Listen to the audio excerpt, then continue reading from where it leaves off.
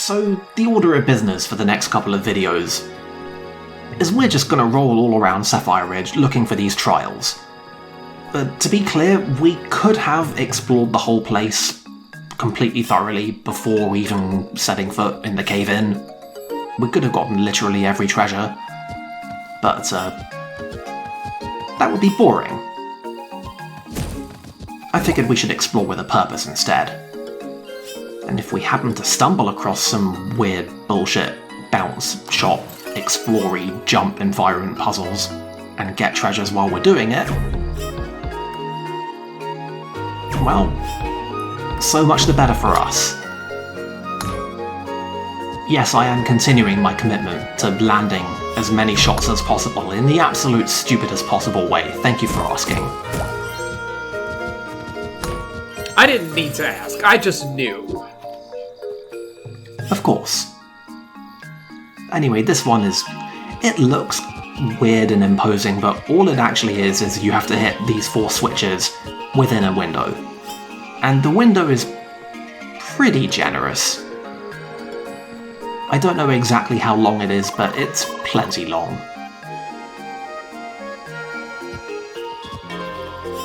So anyway, I think I mentioned before that the environment puzzle stuff in Sapphire Ridge is pretty much actually peak CrossCode.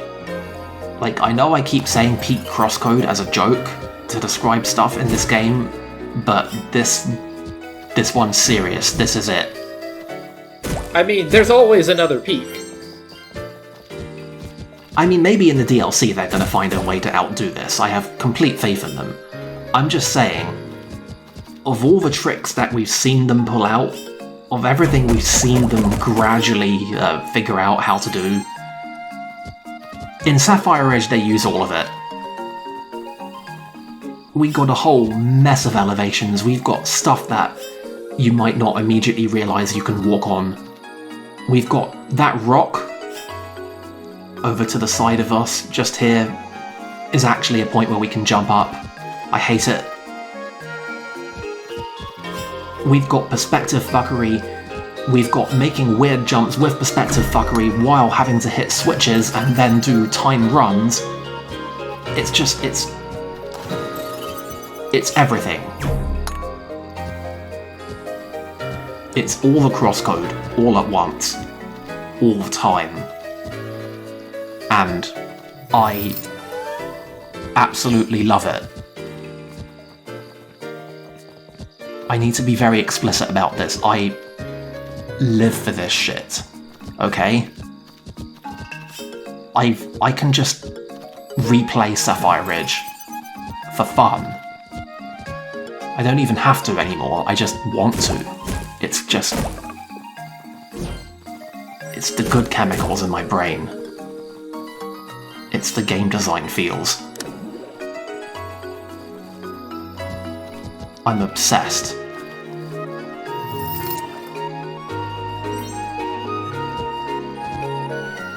Also, a couple of these chests have real good stuff in them. Not that one, that was just some food, but there's a lot of pretty good equipment around here, and a lot of it even has upgrades that we can get later on. Are we not getting that gold chest? Don't worry about it. There are a couple times when either I literally forgot something as we were doing it, or I happened to already remember from a previous playthrough, because there were a couple, that we can't get it until later and it looks gettable, but we actually have to come from somewhere else. You know how this goes.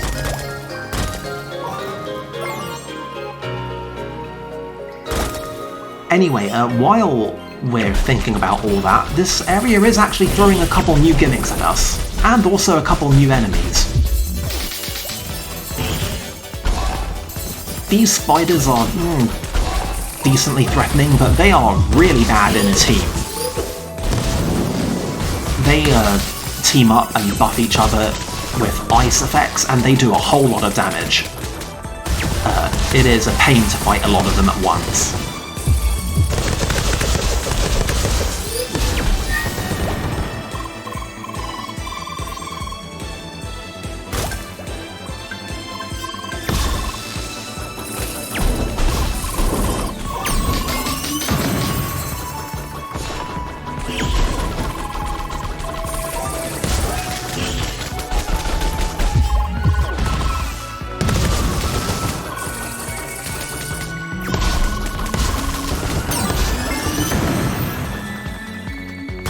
Finally, somebody who understands the finer points of spiders. Right? They're not insects. This is not complicated or controversial. I'm honestly a little bit surprised that Tronny seems to have a problem with that, but what are you gonna do? So yeah, spiders are gonna be showing up in a lot of these caves in pretty decent numbers. On their own, they're not that big a problem. If you can get small groups of them, they're fine. It's just when you start fighting lots of them, and they start doing all of those team-up attacks all the time in all those numbers, that things start getting a bit... There is one other thing though, which is that... did I mention we have level 3 techs? I think I might have not mentioned that we have level 3 techs, and that they are absolutely stupid busted. I think I might not have mentioned that. Did I mention that? A few times. That there was Mjolnir. It's the level 3 Thunder range tech. Here's how it works. It fires a projectile. That projectile will bounce several times from enemies to enemies and also from walls to enemies. So even if you miss, you're probably still gonna hit. And after bouncing a couple times, it creates a vortex, pulls a lot of enemies in, and then just absolutely fucks them up with lightning. Just... You like big numbers coming out of things? How do you feel about big numbers of small numbers coming out of things? It's a lot less satisfying, to be honest. I disagree vehemently, but what are you gonna do? One of the real nice things about Mjolnir specifically is that it just keeps on going passively. So you can fire it off, and then you can just do other things while it's going and while the enemies are, you know, busy being held in place by a consecutive stream of lightning. Including switching back to neutral mode and just firing a steady stream of shots and just building up your SP so you can immediately chain into another Mjolnir. With the right buffs, you can keep this horseshit approach going more or less indefinitely.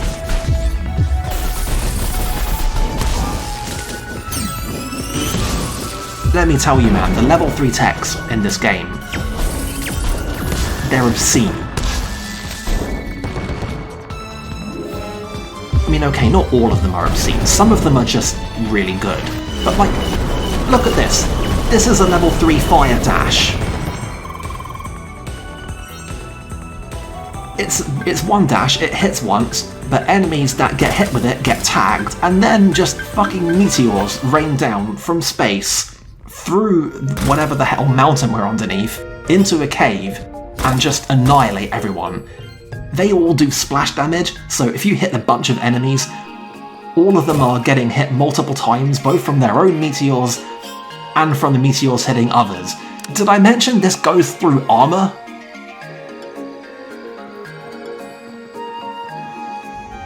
Like, did that detail slip my mind? I'm sorry, I should have mentioned that.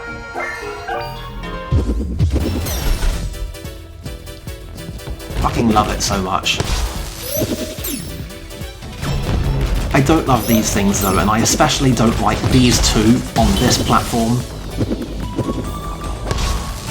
It's just surrounded by pits on all sides, but it's not a bottomless pit, so getting knocked off of it is actually really annoying. And usually the worst thing that you can do is try and open these fights with a long-lasting wave tech, because these guys will just jump up and they will hit you out of it. Now this.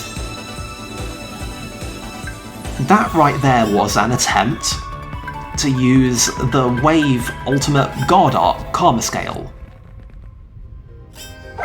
I fucked it up, so it might look as though it does absolutely nothing, because when you fuck it up, it does do absolutely nothing. I will get around to actually properly landing it later. I mean, I feel like I can guess what an attack called Karma Scale does.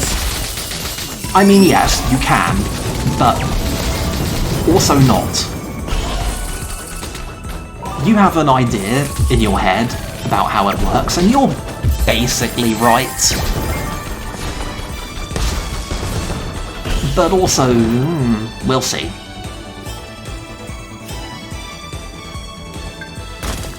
One other thing that I can exclusively reveal is that I make numerous attempts to use the level 2 Wave Guard art that I should have been using in the boss fight against the Son of the East and the Ancient Guardian. That's the one that's like Pain Grip, except it goes all around you and lasts a couple seconds and can absorb multiple attacks. I make several attempts to try and use that, and I'm pretty sure I did not land a single one.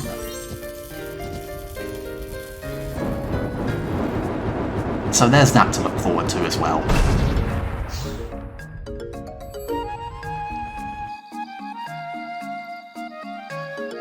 Anyway, while, all of that nonsense was going down, I believe we were witnessing I don't want to call it the main gimmick of this area, because there are a couple and that one's only really a thing in the caves. But we've got these little puzzle-ish set pieces with the robots that we charge up with lightning and they hover on over to us and then explode. And that explosion can break rocks, so hence the puzzle. The thing about that is that the range for which those robots will chase you down is a little bit variable. It can go on a lot longer than you'd think. No, I have not noticed that chest over to screen right at this point. Just gonna get out ahead of that one. We'll be back for it, don't worry. I'm just saying.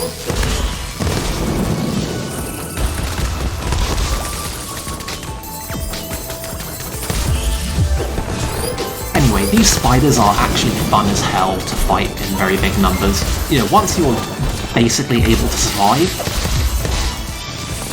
it's obviously not really fun to just walk up and get annihilated, but once you have some idea of how to fight them, it's incredibly satisfying to just tag every single group of them in a cave and just kite them all into an area and then just hit so many of them with Mjolnir at a time that the frame rate starts to suffer. Extremely good shit.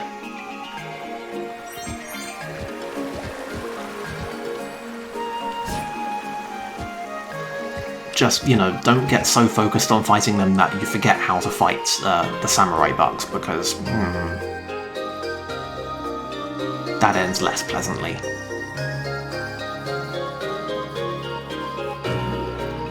The other thing that I guess I will categorize as a central gimmick for Sapphire Ridge is screens that you have to enter from 2 different areas just to fully unlock the way through.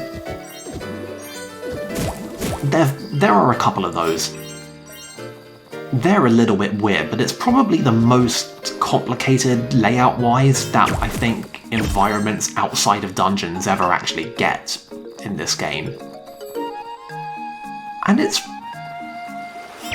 decently appropriate for, literally the final overworld in a game to do that kind of thing. Get a little bit puzzly,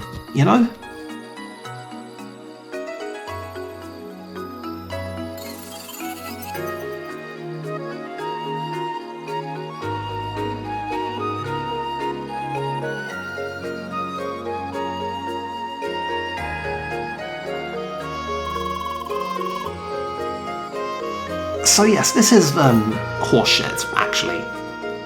I don't know why they go on about speed and reaction times. It's nothing to do with any of that stuff. What actually happens here is that you tag the bug, and then the bug runs away, and sometimes the bug appears to run into 2 places at once. One of them is the real one, and the other one is a fake one. If you tag the fake one, it will just disappear, but not before aggroing all the local enemies, so you'll have to fight.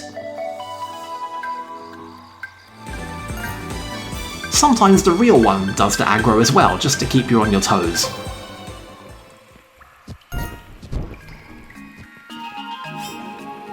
Now, I'm sure I don't have to exclusively reveal that 9 times out of 10, when you do see 2 of them, the correct one is usually the one that's more of a pain to get to.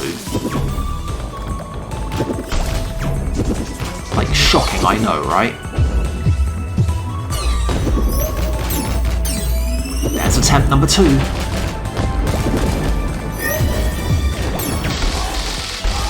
I mean, I see it basically kills you to use it. That's an exciting tech skill. Yeah. It's the last thing that any of them will expect, for me to just walk into the middle of the battlefield and just tactically die. It is a next level mind game.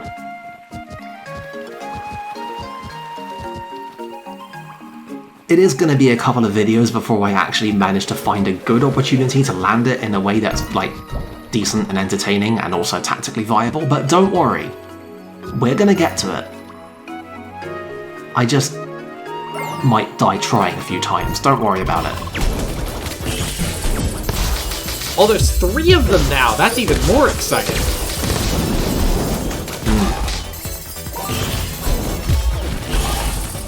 Another thing I appreciate about the spiders is that they give me a rare opportunity to actually, like, use the lightning dash arts a little bit. Like, Stormwalker is actually pretty good at dealing with large numbers of enemies, just because it hits so many times and you can just draw. You just draw a little shape on the ground. And you do a couple dashes and then just everything gets covered in lightning.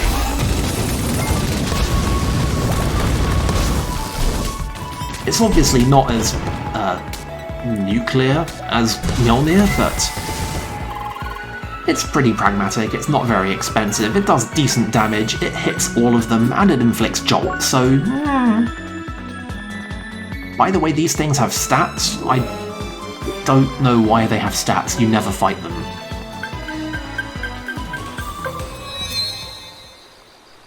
Just imagine that that's how powerful they would be if you did fight them.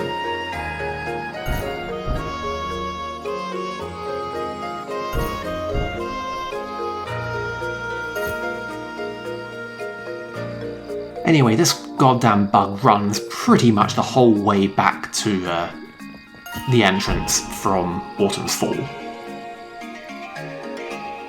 And then he's just like, yeah, you solved my trial.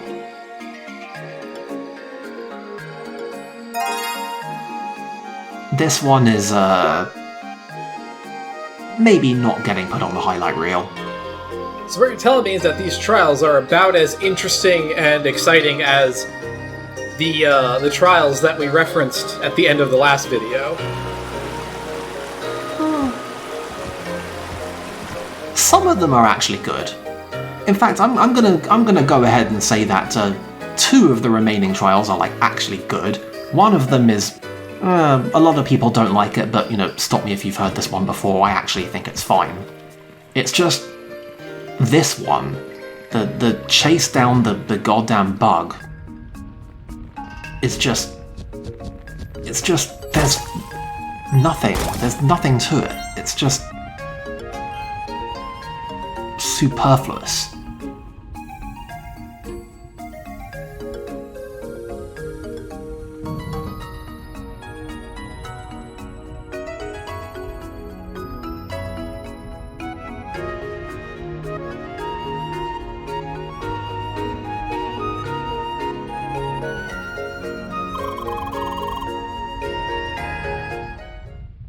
This one, on the other hand, I will contend could have been balanced a little better, but you know, conceptually, it's basically fine. It is exactly what it appears to be. In fact, the only thing that I think is really wrong with it is that it's just kind of a bit easy. It does get harder, but it takes a little while to get harder. Like, it does the thing where as you go through the challenge, it starts spawning them faster and faster. And I definitely mentioned this a couple minutes ago, the spiders are only really threatening when there's more than 2 of them, because that's when they start doing their ice buff stuff. And that's a pain to deal with, but it also doesn't really start being impossible to just keep their numbers firmly in check until at least the last 30 seconds of this.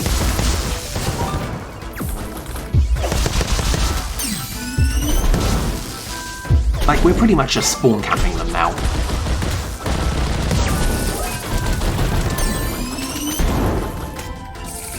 And I'm playing pretty conservatively. He says, fucking up a Tesla waltz. I guess I should mention that yes, the spiders put webs on the floor and the webs slow you down, and the webs slowdown applies to 100% of movement. So it slows down your dashes, and if you have a tech that moves you, it slows that down as well. But you see, this wouldn't be a problem if you put those shoes on, Fiddle. Yeah, well, unfortunately, those shoes require you to get a material that you can only get from having beaten the entirety of Sapphire Ridge, so I guess we won't be doing that.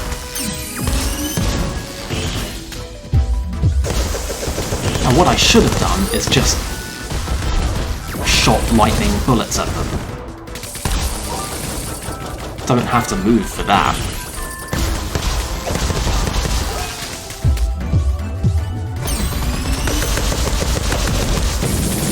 So here's another one. The Shock Tree has exactly 1 level 3 melee art. It's Song of Storms. It's a long combo. It hits like 1,000,000 billion times. It does a very high amount of damage. It definitely will inflict Jolt on the enemy. And also it's just really satisfying to land the whole thing.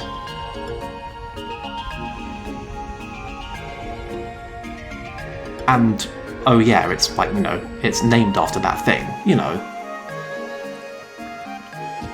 Nice little drive-by reference.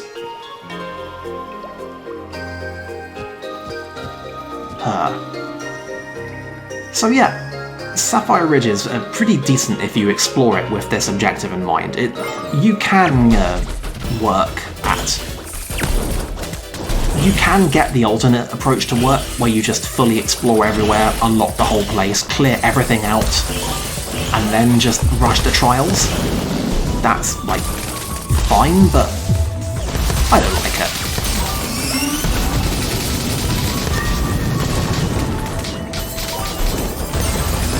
Anyway, yeah, I told you it was satisfying to land a huge Mjolnir combo.